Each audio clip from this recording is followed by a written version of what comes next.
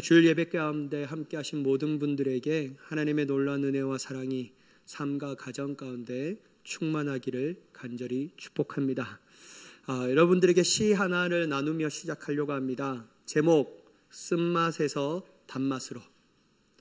한번 들어보세요. 제가 시 낭송처럼 또롱또롱한 목소리로 있지 않지만 일단 여러분 눈을 한번 보시면 좋겠습니다. 쓴 약처럼 하루하루를 삼켰다. 말없이 울음 대신 숨을 삼키며 비오는 골목 끝에서 젖은 발을 떼지 못하고 쓰다 쓴 시간 속에서 나는 천천히 익어갔다. 그러던 어느 날 햇살이 한 줌 내 어깨에 내려앉고 작은 꽃 하나 내 발끝에 피었다. 그제야 알았다. 쓴맛도 단맛을 향한 여정이었음을, 고통도 달콤한 오늘을 위한 반죽이었음을. 이제 나는 쓴맛을 기억하며 단맛을 천천히 오래 음미한다. 여러분, 지은이가 누구일까요? 누구일까요, 여러분? 챗 GPT입니다. 대단하죠, 여러분? 인공지능이 이 시를 써주더라고요. 제가 이 챗 GPT에 시를 써달라고 얘기해 준 적이 없습니다. 그냥 단맛에서 쓴맛으로 변화된 삶의 예화를 한번 좀 찾아줘라고 하면 예화를 쫙 찾아주는데 예화는 안 찾아주고 막 이렇게 얘기하면서 시를 하나 써드릴까요? 그래서 그럼 한번 써봐. 그러면 이 시를 쓰더라고요. 여러분 대단하죠? 깜짝 놀랐어요. 인간의 감성을 인공지능이 만질 수도 있구나 라는 생각이 좀 들었습니다. 그래서 뭐 또 질문, 막 또 어떤 식으로 써요? 희망찬 느낌으로 더 써줄까요? 아니면 묵직한 느낌으로 쓸까요? 됐어, 끝내. 이래서 그냥 끝냈습니다. 여러분, 길다면 길고 짧다면 짧은 인생사 어쩌보면요, 단맛 나는 인생보다 쓴맛 나는 인생을 살았다라는 것처럼 느껴질 때가 많다라는 거예요. 물론 시간을 계산해 보면요, 그렇지도 않는데 말이에요. 여러분, 왜 우리가 쓴맛 나는 인생이 더 인간의 시간을 많이 썼다라고 생각될까요? 왜냐하면 그 쓴맛이요, 너무나도 강렬하게 우리에게는 길게만 느껴지기 때문입니다. 그런데 어떤 사람은 그 쓰고 쓴 인생의 맛을 느끼는 시간이 있어야 하지만 더욱더 성숙해진다라고 얘기합니다. 여러분, 원주민 속담에 이런 말이 있다고 합니다. 눈물이 없이는 무지개도 없다. 눈물이 없이는 무지개도 없다라는 거예요. 일단 여러분, 20세기의 최고의 기독교 변증가라고 불렸던 C.S. 루이스가 고통에 대하여 이렇게 얘기했는데, 고통은 하나님께서 우리를 행하시는 확성기다. 아무튼 여러분, 하나님을 모르는 사람도 하나님을 아는 사람도요, 쓴맛 즉 고통은 우리로 하여금 성숙하게 만드는 사실을 깨닫고 고백합니다. 그런데 여러분, 성경도 분명히 이런 말씀이 있어요. 히브리서 12장 11절의 말씀인데요, 한번 같이 읽어볼까요? 시작. 무릇 징계가 당시에는 즐거워 보이지 않고 슬퍼 보이나 후에 그로 말미암아 연단받은 자들은 의와 평강의 열매를 맺느니라. 여러분, 징계를 당하는 당시에는 어떻게 보인다고요? 즐거워 보이지 않고 슬퍼 보인대요. 당연하죠, 여러분. 성경도 이거 압니다. 사도 바울도 알아요. 징계를 당하는 사람은 즐거워 보이지 않고 슬퍼 보인다. 그러나 여러분, 우리에게 소망이 뭐냐면요, 후에 그로 말미암아 연단받은 자들은 뭐를 얻는다고요? 의와 평강을 얻는다. 여러분의 삶 가운데 수다 쓴 쓴맛만 느끼는 자가 되는 것이 아니라 그 쓴맛을 단물로 바꿔주시는 하나님의 놀라운 은혜의 역사를 체험하며 나아갈 수 있는 저와 여러분이 되기를 예수님의 이름으로 간절히 축복합니다. 여러분, 우리는 지난주에 홍해를 건너가게 하시며 자신의 뒤를 따라오던 바오로 왕과 그의 군대들을 멸절시키며 위대한 승리를 주신, 그것도 이스라엘 백성들에게 안겨주신 하나님에 대하여 함께 나누었습니다. 여러분, 홍해를 가르시고 바로 왕과 그 애국 군대에 멸절하시는 하나님의 능력은요, 이스라엘 백성들이 그 당시에는 상상할 수 없는 일이었습니다. 상상할 수 없다라는 것은 자기에게는 불가능이었다라는 거예요. 어쩜 하나님께서 홍해를 가르실 수 있을까? 또 저렇게 강력한 군대를 한 번에 몰살할 수 있을까? 이건 여러분, 이스라엘 백성들에게 상상할 수 없는 불가능한 일이었습니다. 근데 여러분, 하나님은요, 우리가 생각하는 불가능한 상황들을 가능케 하시는 분이십니다. 그들의 생각지도 못한 방법으로 일하시는 하나님을 이스라엘 백성들이 보았다라는 거예요. 그래서 어떻게 했죠? 너무 기쁜 거예요. 야, 하나님 대단하시다. 하나님 진짜 위대하시다. 하나님 같은 분이 도대체 누구 있는가? 라고 그들의 마음가운데 기쁨이 충만해요. 기쁨이 충만하니까 어떻게 하죠? 감사가 넘쳐납니다. 감사가 넘쳐나면 어떻게 됩니까? 찬양이 입에서 나오는 거예요. 그래서 여러분, 오늘 우리가 읽지 않았지만 출애굽기 15장 1절에서 18절은 위대한 승리를 경험한 모세가 하나님에 대하여 노래하고 있습니다. 또한 여러분, 출애굽기 15장 19절에서 21절 말씀은요, 바로 미리암이 위대한 승리를 주신 하나님을 대하여 찬양하는 내용이에요. 얼마나 여러분 기쁩니까? 행복합니까? 물론 여러분, 이 대표적 두 사람이 찬양하고 노래했지만 이스라엘 백성들도 공통적으로 기뻐하고 즐거워하고 찬양하는 입술이 그들에게 있었을 것이라고 확신합니다. 그러면서 오늘 본문의 말씀이 이어져요. 22절의 말씀인데요. 한번 같이 읽어볼까요? 시작. 모세가 홍해에서 수르 강야로 들어가서 거기서 사흘 길을 걸었으나 물을 얻지 못하고. 여러분, 홍해에서 위대한 승리를 맛본 이스라엘 백성들이요, 수르 강야를 거쳐 가나안으로 향하여. 그런데 여러분, 여기서도 어김없이 큰 문제를 만납니다. 강야에서 3일 동안 걸어갔지만 마실 물을 찾지 못하는 거예요. 그 전까지는 가족 부대에 담아온 물로 200만 명이 되는 인원과 가축들이 마시면서 버텼는데 이제는 도저히 버틸 수가 없는 거예요. 빨리 물이 나타나야 하는데, 우리가 잘 알고 있듯이 강야에서 물이라는요, 물이란 생존이 아주 긴밀한 생존과 긴밀한 연관을 가지고 있습니다. 그러니까 여러분, 물이 떨어졌다는 것은 그들의 가장 큰 위기였다라는 겁니다. 얼마 지나지 않아 그들은 마라에서 처음 휴식을 갖게 됩니다. 그러나 여러분, 그곳에서도 뭐가 보이지 않죠? 마실 물이 보이지 않는 거예요. 더군다나 마실 물은 보이지 않고 어떤 물이 그들 앞에 눈에 있습니까? 쓴물을 발견합니다. 이게 여러분 그들에게 짜증나는 일이었어요. 이런 23절 말씀 보면요, 제가 봉독하겠습니다. 마라에 이르렀더니 그곳에 물이 써서 마시지 못하겠으므로 그 이름을 마라라 하였더라. 여러분, 물이 있긴 있어요. 근데 어떤 물이라고요? 쓴물이에요. 마실 수 있다라고요? 아니요, 마실 수 없어요. 주석을 보니까요, 이러한 물들을 아랍인들이 뭐라고 칭했냐면요, 나쁜 물이라고 얘기합니다. 고여 있어서 썩어서 마실 수 없거나 또한 염분이 아주 강해서 써서 마실 수 없는 물이라고 얘기해요. 근데 여러분, 이게 왜 짜증나는 일이냐면, 여러분 한번 생각해 보세요. 물을 마시기에 고대하고 원했던 그들에게 물이 있는데 마실 수 없다니까 얼마나 짜증나는 일입니까? 아예 없으면 상관없어요. 그죠? 덜 짜증나요. 물론 짜증나기도 하지만 그래도 덜 짜증나는 일이에요. 근데 물이 있는데 마실 수 없다라니까 이게 막 속에 환장할 노릇이에요. 그러니까 여러분, 어김없이 이러한 마음을 가지고 있던 이스라엘 백성들의 주특기가 등장합니다. 여러분, 이스라엘 백성들의 주특기가 뭘까요? 원망, 불평, 불만이에요. 여러분, 24절의 말씀 한번 같이 읽어볼까요? 시작. 백성이 모세에게 원망하여 이르되 우리가 무엇을 마실까 하매. 바로 원망이었다라는 거예요. 특별히 자기 눈에 보였던 지도자인 모세를 향한 원망합니다. 뭐라고 원망합니까? 우리가 무엇을 마실까? 모세요, 우리가 무엇을 마실까요? 이런 투일까요? 뭘 마실까? 진짜 이런 투 아니에요, 여러분? 여러분 점잖으셔서 죽기까지 물 좀 주세요, 막 이렇게. 저는 그러지 못하겠어요. 진짜 이렇게 할 것 같아요.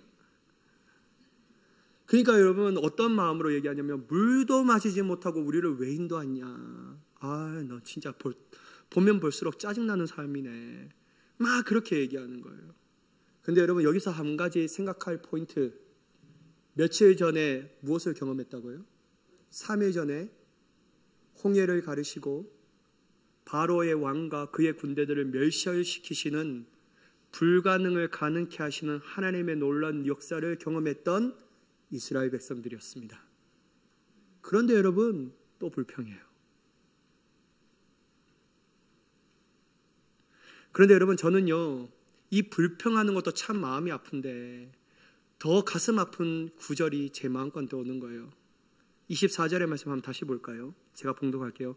백성이 모세에게 원망하여 이르되 우리가 무엇을 마실까 하며. 여러분, 이스라엘 백성들이 불평은 하는데 뭐는 하지 않습니까? 뭘 하지 않죠? 기도를 안 해요.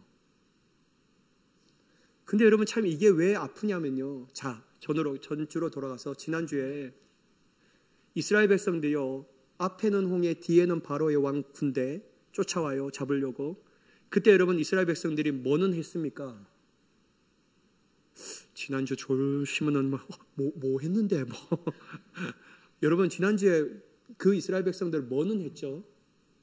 기도는 했어요. 자, 한번 보실까요? 출애굽기 14장 10절 한번 같이 읽어볼게요. 시작. 바로가 가까이 올 때 이스라엘 자손이 눈을 들어 본즉 애굽 사람들이 자기들 뒤에 이른지라 이스라엘 자손이 심히 두려워하여 여호와께 부르짖고. 여러분 보세요. 3일 전에는요, 그래도 기도한 이스라엘 백성들이었어요. 근데 여러분, 승리의 위대한 경험을 했으면 더 기도해야 할 이스라엘 백성들 아닙니까? 근데 기도 안 해요. 기도했다라는 표현이 나타나지 않아요. 그리고 도리어 뭐만 합니까? 원망만 합니다. 여러분, 사람의 모세에 대한 특정 인물에 대한 원망이었지만 결국 모세를 향한 원망이 최종적으로 누구에게 향한 원망입니까? 하나님이었어요. 그럼 여러분 한번 보자고요. 이 똑같은 상황 가운데 있었던 모세, 아니요 여러분, 똑같다라고 얘기하면 안 됩니다. 모세는요, 이스라엘 백성들을 처한 상황보다 더 심각하였습니다. 자, 보세요. 왜 심각하냐면요, 모세도 마실 물이 있었을까요? 없었을까요? 없었어요. 근데 여러분, 모세는 그 마실 물이 없다라는 사실로 인하여 끝나는 것이 아니라 누구 때문에, 어떤 대상이 자기를 원망하고 있습니까? 이스라엘 백성, 모든 백성들이 자기를 원망하는 거예요. 야, 이거 미치는 겁니다, 여러분. 내가 인도했나? 여러분 한번 생각해 보세요. 3일 동안 하나님께서 구름 기둥과 불 기둥으로 인도하셨잖아요. 그러면 여러분, 이 모세가 이 원망을 들어야 합니까? 왜 보이나? 만만한 게 모세라고. 여러분, 이게 모세가 얼마나 짜증나는 상황입니까? 가장 최악의 상황이었다라는 거예요. 그렇다면 여러분, 모세가요, 그들과 함께 이 불평을 같이 동참합니까? 여러분, 25절의 전반부 보실까요? 제가 한번 읽어볼게요. 모세가 여호와께 뭐 했다고요? 부르짖었다. 여러분, 모세는 뭐 합니까? 모든 이스라엘 백성들보다도 가장 최악의 상황 가운데 있었지만 그는 하나님께 기도했다라는 거예요. 자, 여러분, 우리 생각해 보자고요. 이스라엘 백성들이 3일 전에는 기도했어요. 큰 승리를 경험했어요. 그런데 왜 지금은 기도하지 않을까? 근데 이 모세는요, 그때도 기도하였고 지금도 기도해요. 도대체 무엇 땀시 이 둘이 이렇게 달라질 수 있을까? 왜냐하면요, 하나님을 인격적으로 만나지 못했기 때문이에요. 그게 정답입니다. 여러분, 성경은 하나님이 자꾸만 뭐라고 얘기합니까? 기도하라는 거예요. 여러분, 야고보서 5장 13절 한번 같이 읽어볼까요? 시작. 너희 중에 고난 당하는 자가 있느냐? 그는 기도할 것이요. 즐거워하는 자가 있느냐? 그는 찬송할지니라. 여러분, 고난 당하는 자가 뭐 하라고 주님이 말씀하십니까? 사도 야고보가 뭐라고 해요? 불평하라고 합니까? 원망하라고 합니까? 그냥 낙심하라고만 해요? 아니에요. 고난 당한 자가 있느냐? 기도하라는 거예요. 여러분, 하나님의 분명한 말씀입니다. 고난 당하는 자가 뭐 해야 합니까? 기도해야 합니다. 왜 기도해야 되는가? 우리가 열심히 해야지. 자, 그 이유가 있어요. 베드로전서 5장 7절 한번 같이 읽어볼게요. 시작. 너희 염려를 다 주께 맡기라. 이는 그가 너희를 돌보심이라. 여러분, 사도 베드로는요, 염려를 주께 맡기래요. 여러분, 염려를 이 야고보서 5장 13절의 말씀을 뭐와 이 동등한 단어입니까? 고난이에요. 그죠? 고난을 염려로 바꿀 수 있어요. 여러분, 고난 당한 자가 있느냐 기도하라는 것은 이 베드로전서 5장 7절을 뭐와 바꿀 수 있습니까? 맡기라는 거예요. 여러분, 사도 베드로도 똑같이 얘기해요. 너희 안에 염려가 있느냐 주께 맡기라. 이 말은 뭐냐면 제발 주님 앞에 기도해라. 왜 기도하라고 합니까? 그가 돌보신다. 이것 때문에 기도하라는 거예요. 사도 야고보도요, 고난 당하는 자가 있느냐? 그러면 기도해. 뭘 기도하지 않고 원망하고 불평하고 저주하고 신세 한탄하면서 뭘 그렇게 분주하게 너희 삶 가운데 그렇게 하냐? 그렇게 하지 말고 가장 우선적으로 하나님 앞에 기도해라. 왜냐하면 그가 돌보시기 때문에. 근데 여러분, 우리는 기도 안 합니다. 뭐만 하죠? 불평하고 원망만 합니다. 사도 베드로도 우리의 염려, 즉 인생의 쓴물을 만날 때요, 다 주께 맡기라고 합니다. 그러면 주가 돌보신다라는 거예요. 자, 예레미야 29장 12절 말씀 한 번 더 보겠습니다. 시작. 너희가 내게 부르짖으며 내게 와서 기도하면 내가 너희들의 기도를 들으실 것이요. 여러분, 이 말입니까? 앞에 위대한 말씀의 약속이 있어요. 근데 여러분, 기도해라. 그가 너를 돌보심이라. 기도하는데 뭐가 있기 때문에 우리가 그 약속을 받을 수 있다는 겁니까? 응답하시는 하나님이 계시기 때문에. 그러니까 여러분, 고난당할 때 기도해야 합니다. 이스라엘 백성들처럼 주특기를 가지고 원망하고 불평하고, 분명히 하루 전에 내가 큰 은혜를 받았는데 하루 뒤에 여전히 원망하고 불평해요. 그러면 여러분, 이게 무슨 원인이라고요? 앞에 말씀드렸죠. 뭐 때문에 모세와 이스라엘 백성이 다릅니까? 인격적으로 주님을 만나지 못했기 때문이에요. 바로 모세와 같이 인격적인 하나님을 만나지 못했다라는 거예요. 여러분, 모세를 한번 보세요. 모세는요, 하나님과 뭐 했던 사람입니까? 대면했던 사람이인 거예요. 여러분, 대면했다라는 것은 뭐냐면 인격적인 하나님을, 내 인격을 가지고 주님을 만났다라는 거예요. 그게 뭐냐면 깊은 교제 안에 거하는 사람이라고 얘기할 수 있습니다. 근데 이스라엘 백성들은요, 안 해요. 이스라엘 백성들이 하나님은 어떤 하나님입니까? 위기를 바꿔주시는 그 하나님, 문제 해결사의 하나님, 고난을 해결해 주시는 요솔렘프 지니와 같이 우리가 부르기만 하면 나타나셔서 하시는 하나님. 여러분, 이게 어떻게 인격이에요? 어떻게 인격적 만남입니까? 그러니까 여러분, 인격적 하나님을 인격적으로 만나지 못해서 깊은 교제 가운데 들어가지 못하니까요, 매번 반복됩니다. 어려움만 만나면 불평 원망해요. 해결하면 하나님 좋으세요. 또 한 시간 뒤에 어려움, 하나님.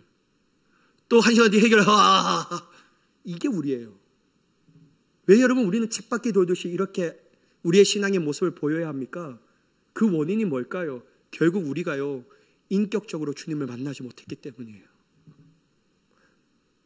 인격적으로 주님을 만나서 깊은 교제 가운데 들어가면요, 우리는 모세와 같이 어떤 상황 가운데서 불평에 동참하는 자가 되는 것이 아니라, 내 신세를 한탄하며 신세 타령하는 자가 되는 것이 아니라, 고난 앞에서 두려워 떠는 자가 되는 것이 아니라 하나님 앞에 기도할 수 있는 자가 되는 줄 믿습니다. 그러니까요, 이스라엘 백성들과 모세가 달랐던 이유가 딱 하나예요. 인격적으로 주님을 만나 깊은 교제 안에 있는가, 아니면 그냥 겉으로만 하나님을 알고 그렇게 믿고 나아갔는가. 여러분, 만약 이스라엘 백성들이요, 모세와 같이 하나님과 인격적 만남을 통하여 깊은 교제 안에 있었더라면요, 그들 앞에 마실 물을 없어서 고민하는 것은요, 별 문제가 아니에요. 여러분, 하나님 뭐를 가르쳤습니까? 홍해를 가르쳤어요.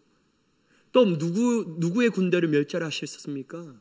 바로의 군대를 멸절했어요. 그 시대에 가장 강력한 강대국의 군대였던 바로의 군대를요, 싸우지도 않고 하나님의 능력의 역사로 멸절시켜버리는 거예요. 그런데 여러분, 그 마실 물 없다고 해서 불평할 이유가 뭐가 있냐라는 거예요. 하나님이 그렇게도 역사하셨는데 이 마실 물 하나 주시지 않겠냐라는 거예요. 그럼 어떻게 해야 됩니까? 하나님, 우리가 마실 물이 없어서 참 힘듭니다. 그러나 주님이 역사하셔서 비를 내려셔서 하나님의 방법으로 우리를 마시게 하옵소서. 기도하면 되잖아요. 이 기도하는데 돈 듭니까? 시간은 좀 뺏기지만 말이에요. 근데 여러분, 왜 우리가 기도가 어려울까요? 내 신앙이요, 여전히 그냥 문제 해결사 하나님만을 알고 있기 때문이에요. 인격적 하나님을 만나지 못하고 그분의 깊음 안에 가운데 들어가지 못했기 때문에요. 여전히 우리는 문제만 당하면 불평, 원망, 좋으며 해해. 이게 우리의 모습이라는 거예요. 사랑하는 여러분, 저와 여러분의 삶 가운데 하나님을 인격적으로 만나는 깊은 교제가 있기를 간절히 축복합니다. 그거 해야 합니다. 안 하면 안 돼요, 여러분. 여러분, 언제 똑같이 여러분 맨날 불평하고 원망하실 겁니까? 아니면 모세와 같이 문제 앞에서도 하나님 앞에 기도하실 겁니까? 그러므로 여러분, 우리가 어떤 위대한 하나님의 역사, 기적, 능력 이런 것에만 몰두하며 그것만 경험하기를 원한다면요, 우리는 여전히 인생의 쓴물을 만날 때마다, 그것을 마실 때마다 하나님을 원망하고 상황과 환경을 불평하며 그렇게 나에게 힘든 사람들을 저주하며 살 겁니다. 그게 여러분 변하지 않는 신앙의 모습과 패턴으로 끝까지 그렇게 살 거라는 거예요. 근데 여러분, 하나님을 인격적으로 만나 깊은 교제 가운데 들어가면요, 그거 사라집니다. 하나님이 얼마나 크신지 몰라요. 하나님이 내 삶에 얼마나 기가 막히게 인도하시는지 몰라요.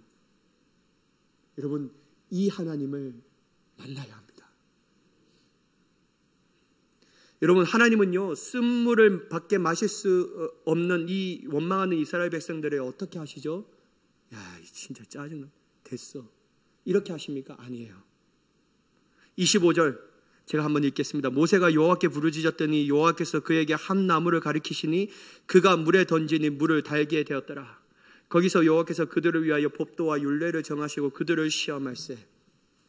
여러분, 하나님께서 모세가 부르짖는 기도를 들으셔서 하나님의 방법으로 말씀하셔요. 모세에게 뭐를 가리킵니까? 나무를 가리켜요. 그 나무를 쥐어서 어디에 던지라고요? 마실 수 없는 쓴물에 던지라고 말합니다. 여러분, 이러한 광경을 지켜보고 있던 이스라엘 백성들이 그들 중에 우리가 고 한 명의 사람이었다면 여러분, 이 광경을 보고 여러분 어떤 마음을 드십니까? 내가 이스라엘 백성에 마실 물이 당장 없어요. 근데 여러분, 모세가요, 잠깐 기도하다가 말다가 기도하고 딱 나오다가 이 가시나무 같은 그 나무를 들고 마실 수 없는 쓴물에 나무를 던져요. 여러분, 이 광경을 보고 있는 이스라엘 백성들이 중에 한 명이 나라면 어떤 생각이 드셔요? 와, 위대한 일을 행하려고 하나 봐. 여러분, 그런 생각 드세요? 저는 그런 생각 하나도 안 들 것 같아요. 미친나. 도대체 뭐 하는 짓이야? 뭐 되지도 않은 퍼포먼스를 하고 있어. 지금 마실 물이 없다고. 샘을 파라고 얘기하든가, 아니면 조금만 더 가자라고 얘기하든가, 이 둘 중에 하나를 해야지. 도대체 뭐 가시나무를 들고 쓴물을 던져. 이 한장할 모세네. 이런 모습이 저와 여러분들의 모습이 아닙니까? 저는 그럴 것 같아요. 그렇다면 여러분, 하나님은요, 왜 이 방법을 택하셨을까요? 너무 의문이 들지 않아요, 여러분? 하나님이요, 모세야, 너한테 10발 좌우로 가라. 하나, 둘, 셋, 넷, 다섯, 여섯, 일곱, 여덟, 아홉, 열. 거기 파라. 그럼 물이 나와요. 우린 이런 방법을 생각하지 않아요? 아니면 갑자기 하늘에서 비가 왕창 와서 마시게 하거나, 아니면 3m만 조금 가봐. 거기에 너희가 너에게 준비한 물이 있단다. 다 이걸 우리가 생각하고 있는데 하나님이요, 난데없이 나무를 들고 쓴물에 던지래요. 왜 이 방법이었을까요? 하나입니다. 순종을 가르쳐주고 싶은 거예요.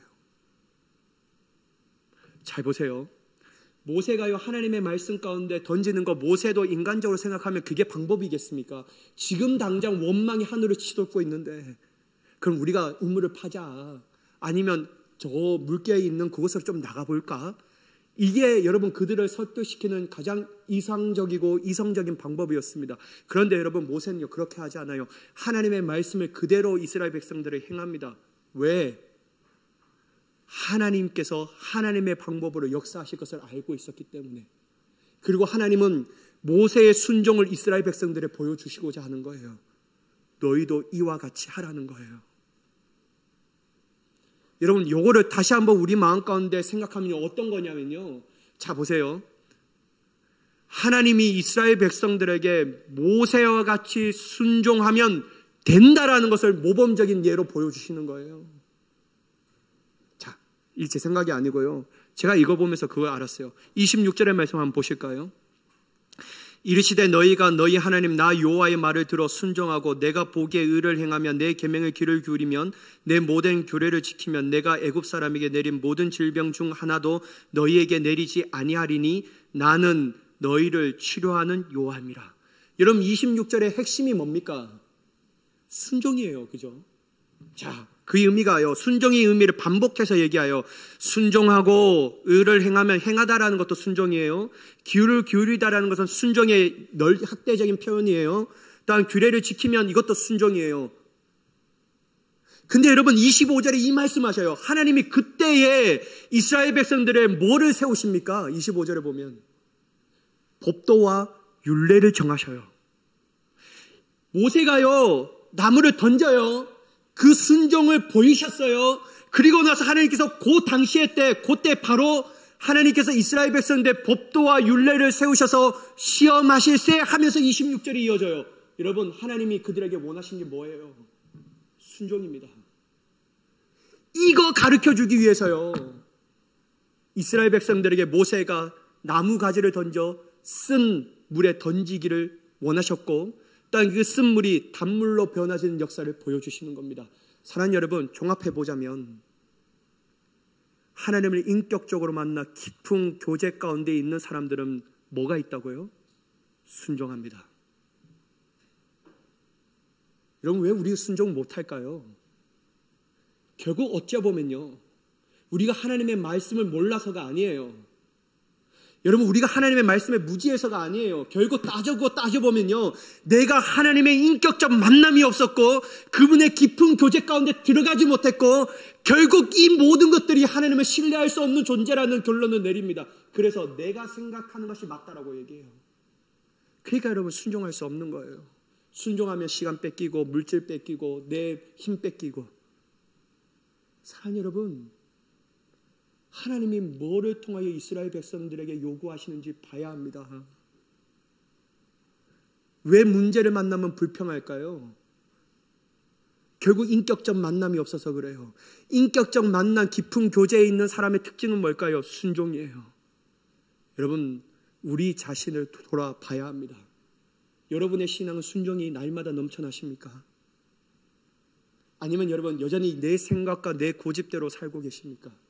그러면요, 우리는 깊은 교제 가운데 들어가지 못해서, 그래서 우리는 어려움을 당할 때마다 불평합니다.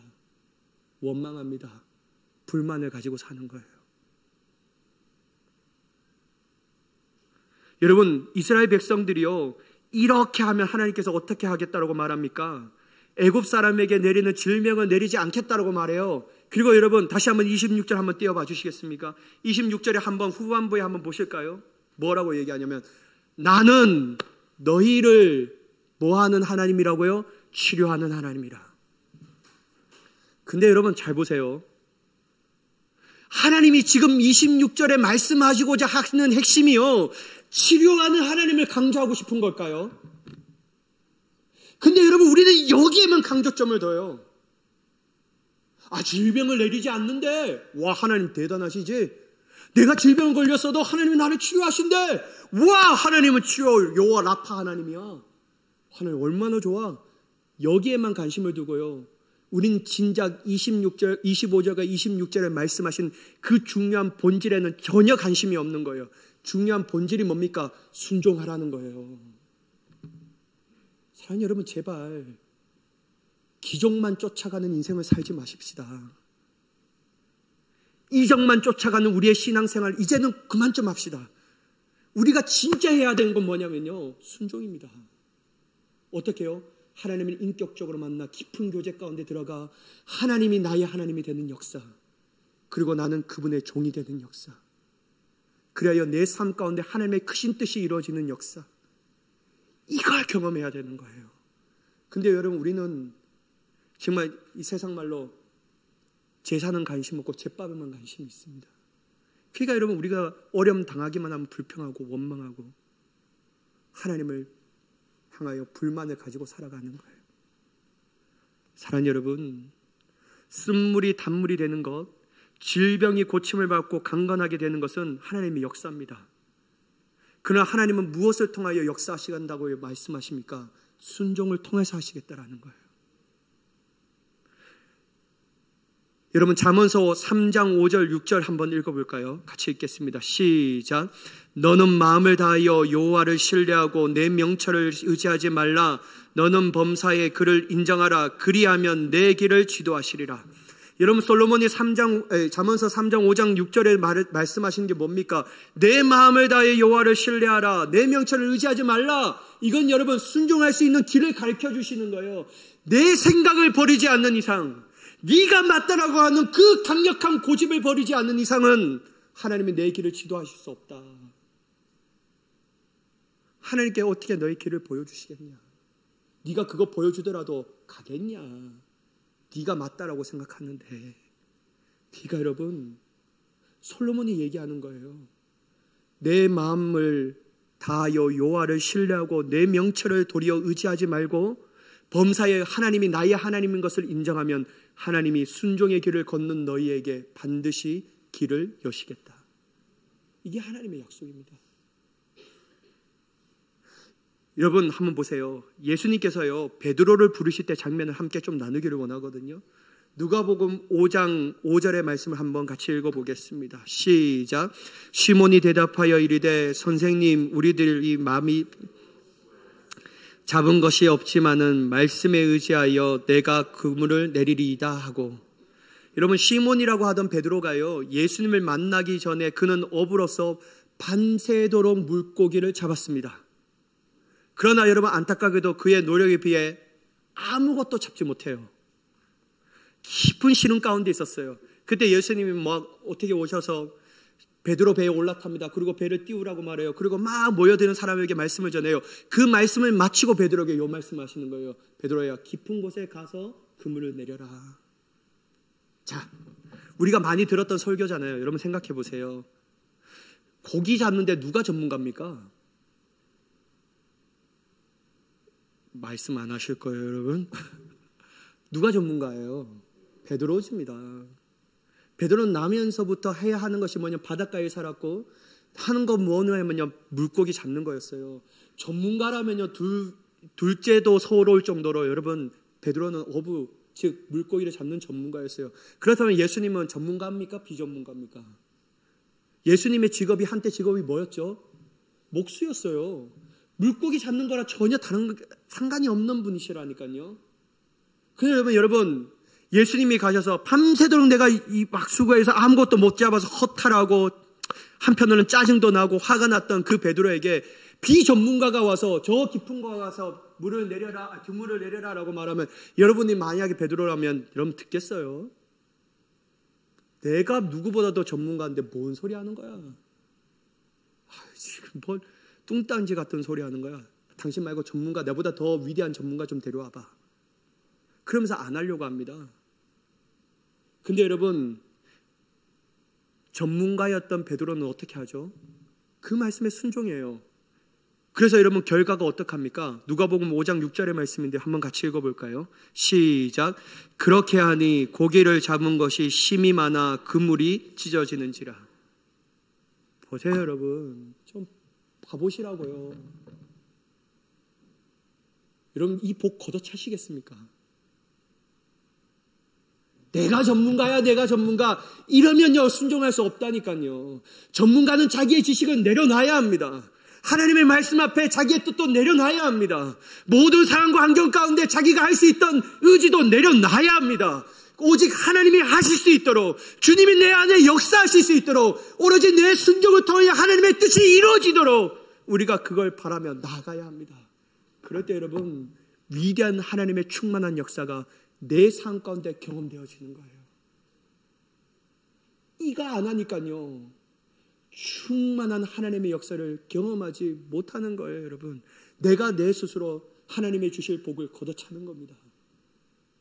사랑하는 여러분, 우리의 인생의 가장 전문가 되시는 하나님의 말씀을 듣고 우리의 삶에 가장 나를 사랑하시는 예수님의 그 길을 따라 동행할 수 있는 저와 여러분이 되기를 간절히 축복합니다. 어느 때까지 여러분 쳇바퀴 도는 그 신앙생활 하시겠습니까? 다 내려놓으십시오.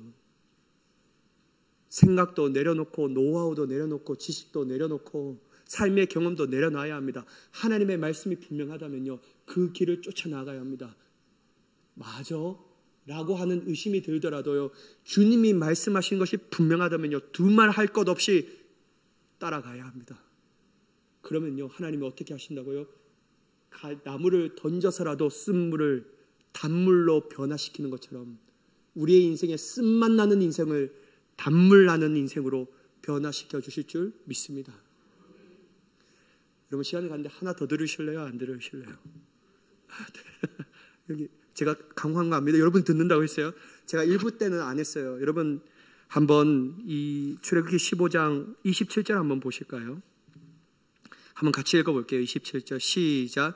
그들이 엘림에 이르니 거기에 물샘 열둘과 종려나무 이른 구루가 있는지라 거기서 그들이 그 물 곁에 장막을 치니. 여러분, 첫 번째 쉬었던 곳이 마라였어요. 두 번째 쉬었던 것이 어디냐면요, 엘림이었어요. 근데 여러분, 요 마라에서 엘림까지 몇 킬로가 걸리면 11킬로예요. 근데 엘림은요, 어떤 걸 오아시스였어요. 최적의 장소예요. 자, 여러분, 고난이 끝나면 하나님이 예비하신 복을 누립니다. 고난이 아무리 커도요, 하나님의 뜻대로 나아가면요, 하나님은 이 예비하신 복을 이미 준비시키면서 우리를 그 고난을 지나가게 하셔요. 사랑하는 여러분, 그러니까 제발 인격적 신앙으로 깊은 교제 안에서 주님의 주시는 순종함으로 고난을 넘어 오아시스를 만나게 하시는 그 인생을 살 수 있는 저와 여러분이 되기를 예수님의 이름으로 간절히 축원합니다. 기도하겠습니다. 사랑의 하나님, 감사합니다. 쓴물 나는 인생을 단물로 바꾸시는 하나님의 능력, 우리의 순종을 통하여 그렇게 하시겠다라고 말씀하시는 하나님의 약속을 믿습니다. 주여, 우리의 삶을 내 지식과 지혜와 내 마음으로 살아가지 않게 하시고 오직 주님의 인격적 깊은 관계 가운데 주님의 뜻에 순종함으로 살아갈 수 있는 복된 삶이 되게 하여 주옵소서. 그렇게 역사하실 하나님을 간절히 기대하오며 우리 주 예수 그리스도의 이름으로 기도드리옵나이다. 아멘.